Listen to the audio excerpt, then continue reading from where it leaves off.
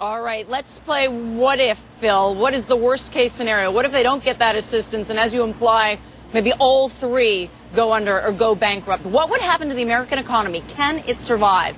Joining us tonight, we've got Peter Schiff. He's president of Euro-Pacific Capital, author of the Little Book of Bull Moves in a Bear Market. Steve Leisman is CNBC senior economics reporter, and Phil stays in the mix, as well as Keith Boynton.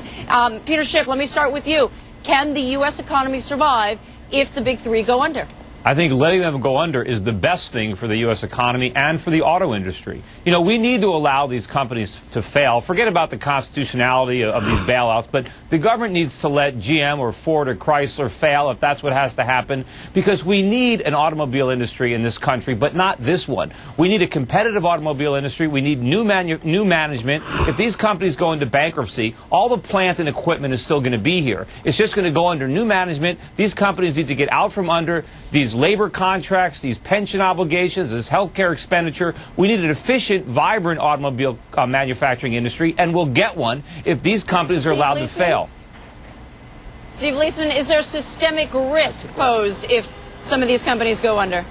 Not if you put it in perspective, Michelle. There's systemic risk regionally, but I'm not sure nationally. When you put the number of workers in the auto industry, even if you use some of the big multipliers that are out there, it just is not that big a business when it comes to the number of jobs out there for the whole economy. There's the autos in perspective. There's the big three, 239. All motor vehicle parts is 842. Department stores, 1.4 million. Leisure and hospitality and healthcare, all those things, much, much bigger. As a percentage of GDP, it's also quite a small industry. I know the guys are talking about big multipliers out there, but 239,000 jobs at the big three. This country loses more than 3 million jobs a month just in the churn of the job market. But doesn't that, what about all the things people say about millions of jobs are tied to this industry? If that doesn't say it, then how do they justify that position? Remember, the jobs aren't going to disappear. In fact, I think we'll have more automobile jobs under a new reorganized General Motors than we do now. Now, they're probably going to pay less, but, you know, they're overpaid right now. That's part of the problem. You know, we need a vibrant industry, and I think all these other companies, the auto supply industry, they're going to be in better shape if we have a competitive automobile industry. You know, that's one thing this country needs to do. We need to make a lot more things, a lot more cars, and we need to export them, because we are in a giant economic hole right now, and we've got to produce and export. What do you think?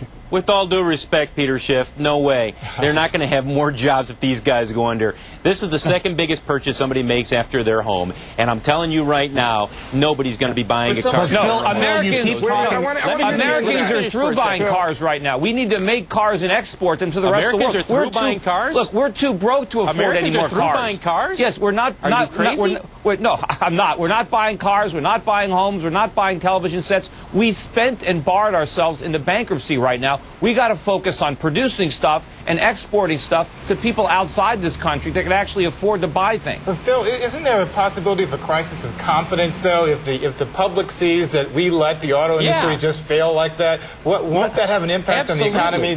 We can't bail them out. Crisis in confidence in Michigan for decades, Phil. You keep on talking about this industry as something that's static. Is it time that we admit at least that this industry is not sized right? I know it has taken a ton of pain. It's taking a ton of pain now.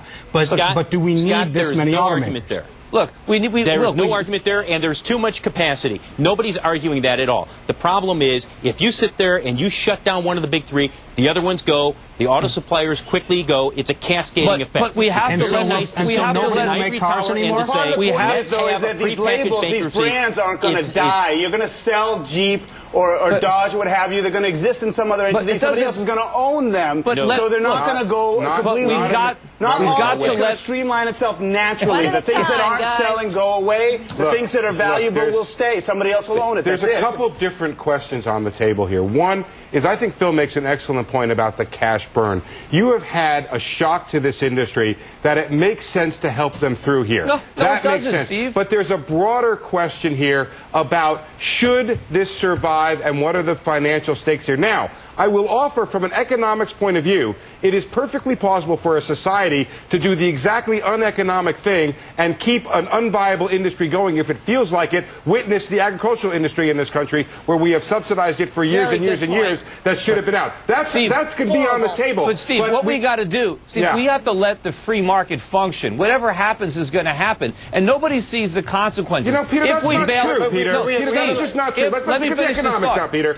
We do not have to let 200,000 or 300,000 people hit the unemployment lines in a series of months if we don't want to. Steve, the government can't stop it, because when the government redirects, let me finish this. When the government redirects capital towards General Motors, it redirects it away from someplace else. So every GM job they save, they're going to destroy a job someplace else. The government can't do anything. We have to let the market function. We can't keep destroying efficient jobs and prop up overpaid managers and overpaid labor union workers. We need to let this market function properly. You know, we shouldn't have bailed out all these financial firms. We should have let these firms fail too. And Steve, if we give them $25 billion now, won't they be back in 10 years for $50 billion? They'll be back in 6 months. What other industry is next? Almost certainly, if we do not demand really serious structural changes, I would be a person who would support the government easing the transition to where the market needs to take it. Peter says let laissez-faire work right now, and Phil, I think, is saying